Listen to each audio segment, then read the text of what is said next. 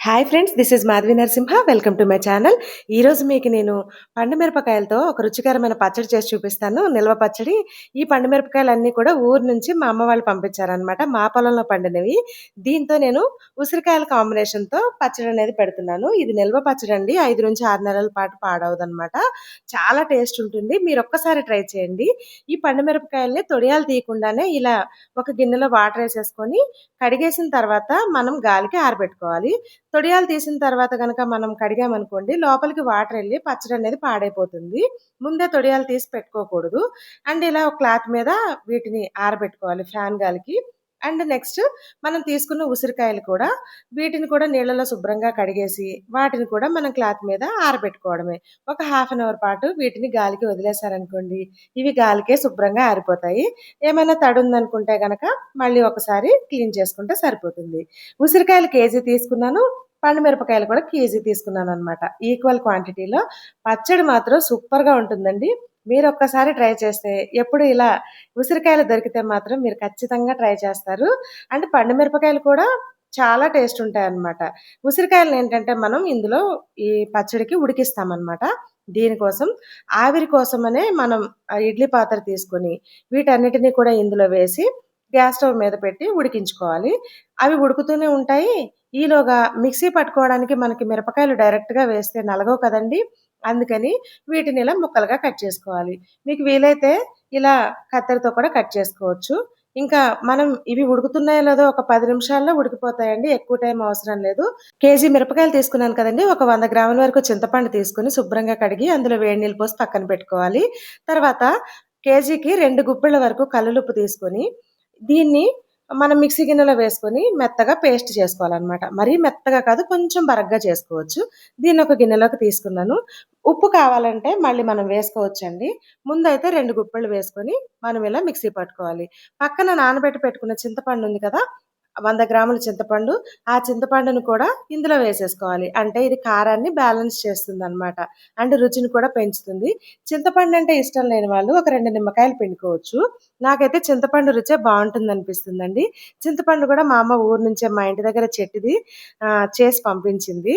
And వీటన్నిటిని ఇలా mix చేసుకొని తర్వాత ఈ ఆవిరికి మనం ఏవైతే ఉడికించిన ఉసిరికాయలున్నాయో వాటన్నిటిని ఒక గిన్నెలోకి తీసేసి ఒక 10 నిమిషాల పాటు వాటిని పక్కన వదిలేస్తే ఇలా చల్లారిపోతాయి.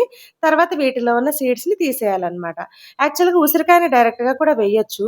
కానీ ఈ ఉసిరికాయలో గింజలు ఎలాగో మనం తినం. అండ్ ఆ ఉసిరికాయ మనం ఇలా తీయడం వల్ల ఏంటంటే పచ్చడి అన్ని ముక్కలకి పడుతుంది. ఉసిరికాయ పాలంగా వేసేసామనుకోండి ఫ్లేవర్స్ అన్నీ దానికి పట్టవనమాట. ఇంక దాన్ని మనం తీసి పక్కన పెట్టుకొని స్టవ్ మీద ఒక కడాయి పెట్టుకొని వీటన్నిటిని ఉసిరికాయలో ఏమైనా తేమ ఉందా అనని చెప్పేసి దాన్నొకసారి లైట్‌గా ఇలా ఫ్రై చేసుకోండి. అసలు ఎక్కువగా ఫ్రై చేయాల్సిన అవసరం లేదు. ఒక్క 5 మినిట్స్ పాటు సిమ్‌లో పెట్టి, ఇలా కొద్దిగా పసుపు కూడా వేసేసి, మనం ఉడికించామనుకోండి, అంటే ఉడికించడం కాదు ఫ్రై చేసేసుకొని, చల్లారిన తర్వాత మనం ఏదైతే కారం ముందుగా పేస్ట్ చేసి పెట్టుకున్నామో, మిక్సీ చేసి అందులోకి ఈ ఉసిరికాయ ముక్కలు కూడా వేసేసి, మంచిగా కలిసేలాగా కలిపేసుకోండి. నాకు కొంచెం ఉప్పు తక్కువైంది. మళ్ళీ కొద్దిగా ఉప్పు వేశాననమాట. దీన్నింకా పక్కన పెట్టేసుకుందాము. ఇంక దీంట్లోకి ఒక 2 స్పూన్ల వరకు మెంతులు, 4 స్పూన్ల వరకు నేను ఆవాలు తీసుకున్నాను. అంటే మొత్తం కలిపి 2 స్పూన్లు వేస్తే సరిపోతుంది. నేను వేరే పచ్చడిలోకి కూడా అవసరమయ్యి ఇది నేను ఎక్కువే వేశానండి. ఇంకా దీన్ని ఇలా చిన్న రోలుంది దాంట్లో వేసేసి, ఇలా మెత్తగా వేడిగా ఉన్నప్పుడే మనం దంచేసామనుకోండి, కొంచెం గోరువెచ్చగా ఉన్నప్పుడు ఈజీగా నలిగిపోతుంది. నేను కొద్దిగా చేస్తున్నాను కాబట్టి 2 కలిపి దంచినా ఏం కాదండి. చేదలా ఏం రాదు.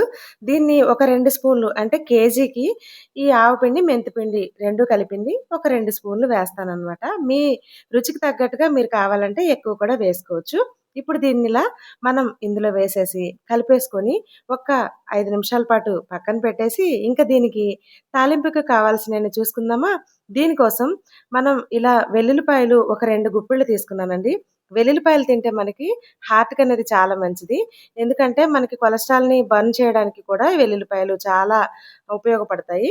అండ్ ఇప్పుడు ఇందులోకి పచ్చిశనగపప్పు, మినపప్పు, ఆవాలు, జీలకర్ర ఇవన్నీ వేసి వేయించి కొద్దిగా కరివేపాకు, ఎండుమిరపకాయలు కూడా వేసి వేయించుకొని, ఏదైతే మనం ఇలా ముద్దలాగా కొంచెం కచ్చాపచ్చాగా దంచి పెట్టుకున్నామో, వాటిని ఇందులో వేసేసి స్టవ్ ఆఫ్ చేసేయండి. వెల్లుల్లిపాయలని ఎక్కువగా వేగనివ్వకూడదనమాట. కొంచెం తక్కువ వేగితే ఫ్లేవర్ బావుంటుంది. అలా తింటేనే మన హెల్త్‌కి కూడా మంచిది. ఇంకా చల్లారబెట్టిన తర్వాత దాన్నంతా కూడా ఈ పచ్చడిలో వేసి కలిపేసి, ఉప్పు సరిపోయిందో లేదో చూడండి. అండ్ దీన్నింకా నేను ఇలా డబ్బాలో అనేది పెట్టేస్తున్నాను. మీ దగ్గర గాజు సీసా గానీ, జాడీ గానీ అవైలబుల్‌గా ఉంటే మీరు చూసుకోవచ్చు. యాక్చువల్‌గా నేనేంటంటే పెరుగు అది మేము తీసుకుంటాం గదా! 1 లీటర్ పెరుగు అలాంటి డబ్బాలనేది పడేయను. ఎందుకంటే ఇవి ఫుడ్ గ్రేడ్ కంటైనర్సే అనమాట. వీలుని బట్టి తర్వాత మనం జాడీలోకి మార్చుకోవచ్చు. చల్లారిపోయిన తర్వాత మంచిగా ఒక అరగంట తర్వాత ఇలా ఈ డబ్బాల్లో పెట్టేసుకొని మనం ఫ్రిడ్జ్‌లో స్టోరేజ్ చేసుకుంటే 5-6 నెలల పాటు నిల్వ ఉంటుంది. అండ్ పచ్చడనేది సరిపడా ఆయిలుంటే అస్సలు పాడవదు. ఏదైనా సరే వేడి వేడిగా కాకుండా అన్నీ చల్లారిన తర్వాత చేసుకోండి. ఇక ఇందులోకి మాత్రం వేడి వేడి అన్నంలో ఈ పచ్చడి కలిపి తింటే సూపర్‌గా ఉంటుందండి. నచ్చితే ఒకసారి మీరు కూడా ట్రై చేయండి. Thank you for watching.